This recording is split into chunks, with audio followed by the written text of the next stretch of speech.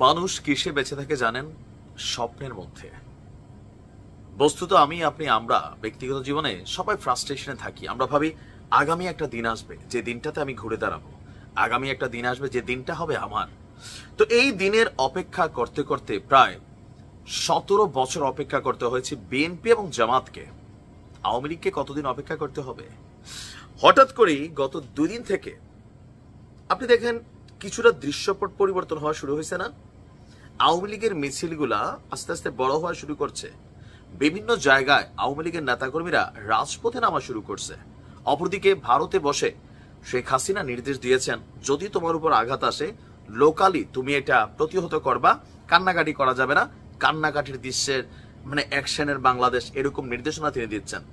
এর মাঝখানে আজকে ঢাকা 18 আসন, বিমানবন্দর, আরো বিভিন্ন জায়গায় আমরা বেশ কিছু ঝটিকা মিছিল দেখতে পাচ্ছি। তবে মিছিলগুলোর সাইজ পরিবর্তন হচ্ছে। সরকার আবার সেই মিছিলে যাদের চেহারা দেখতে পাচ্ছে তাদেরকে কিন্তু গ্রেপ্তারও করছে। আর তারপরেও নেতারা বিদেশে থাকলেও কর্মীরা দেশে পরিস্থিতি বদলানোর জন্য সর্বোচ্চ চেষ্টা করছে।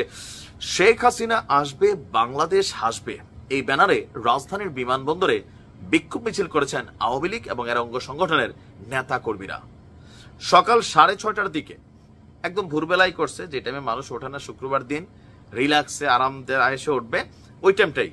তো 6:30টার দিকে উত্তরা 4 নম্বর সেক্টরের রেলগেট সংলগ্ন কসাইবাড়ি থেকে বিমানবন্দর পর্যন্ত এই বিক্ষোভ মিছিলটি করা হয়েছে। ঢাকা 18 আসনের আওয়ামী লীগ এবং অঙ্গ সংগঠনের ব্যানারে বিক্ষোভ মিছিলটি করা হয়।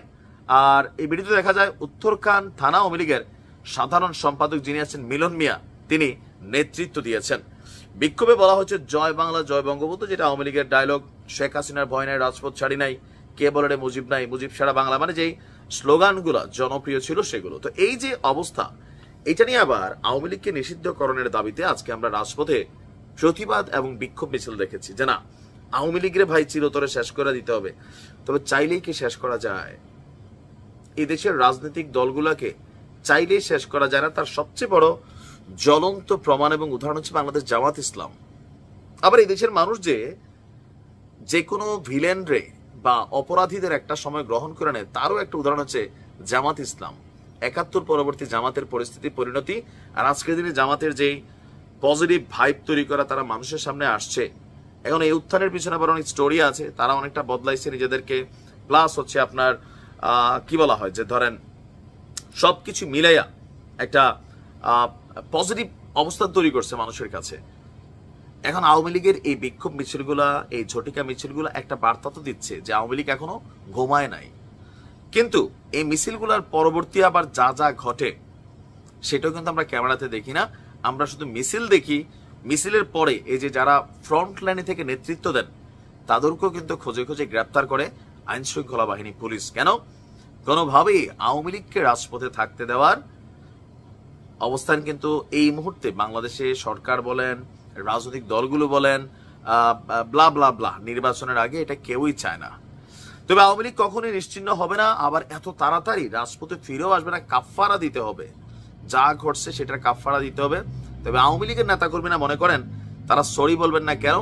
যা ঘটছে একটা ম্যাটিকুলাস প্ল্যানে ঘটানো হয়েছে, আর এগুলার খলনায়ক তারা। আবার সরকার মনে করে, জনগণের একাংশ মনে করে আওয়ামী লীগ যা করছে এদের প্রকাশ্যে ক্ষমা চাওয়া উচিত, তারপরে রাজনীতিতে প্রত্যাবর্তন করা উচিত। থিঙ্কিং আপনা আপনা, জনগণ কোন দিকে যাবে সময় বলে দেবে। ভালো থাকুন।